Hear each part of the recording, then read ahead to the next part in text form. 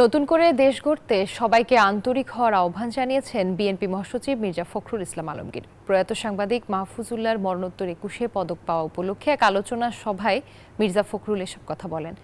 বাংলাদেশে মেরুদণ্ডওয়ালা সাংবাদিক পাওয়া খুব মুশকিল বলে মন্তব্য করেন প্রেস সচিব শফিকুল আলম।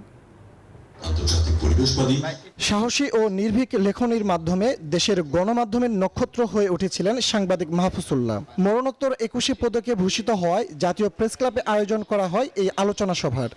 আমাদের সাবজেক্ট হলো দেশে কি হবে। রাজনীতির বাক বদলেও গণতন্ত্রের পক্ষে সবসময় অনড় ছিলেন সাংবাদিক মাহফুজুল্লাহ। ২০১৪ সালের নির্বাচনের পর সকল রাজনৈতিক দলকে ঐক্যবদ্ধ করতে সামনের সারিতে তার ভূমিকা ছিল। ২৪-এর গণ অভ্যুত্থানের ভিত্তি গড়তে ভূমিকা রেখেছিলেন তিনি। এভাবেই স্মৃতি রোমন্থন করেন বিএনপি মহাসচিব সহ একাধিক নেতা।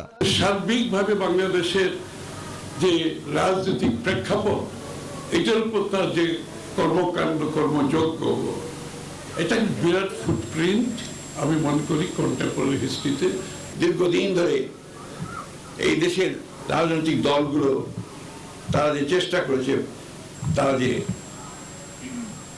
ফ্যাসিবাদের বিরুদ্ধে লড়াই করেছে, সংগ্রাম করেছে, সব শেষে ছাত্র এবং জনতার সমবেত প্রচেষ্টায় সেই সম্ভব হয়েছে।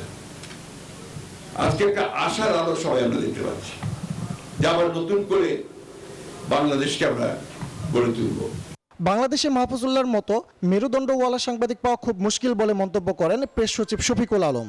আমাদের জার্নালিস্টদের মধ্যেও আমরা পল সিরো খুঁজি, যে ইনি ওনার উপরে সমস্ত ফুল দিয়ে বর্ষণ করি। মাহফুজুল্লাহ ভাইদের মতো হিরো খুব কম। প্রচুর তারা স্কলাস্টিসিজমে তারা স্পেন্ড করেছেন এবং ওনাদের লেখা সারা জীবন আমাদেরকে পথ নির্দেশনা করে। ওনার বিচিত্রার লেখা, ওনার সাংবাদিক হিসেবে এনভায়রনমেন্টাল জার্নালিজমের ওনার লেখা, ব্রিলিয়ান্ট লেখা।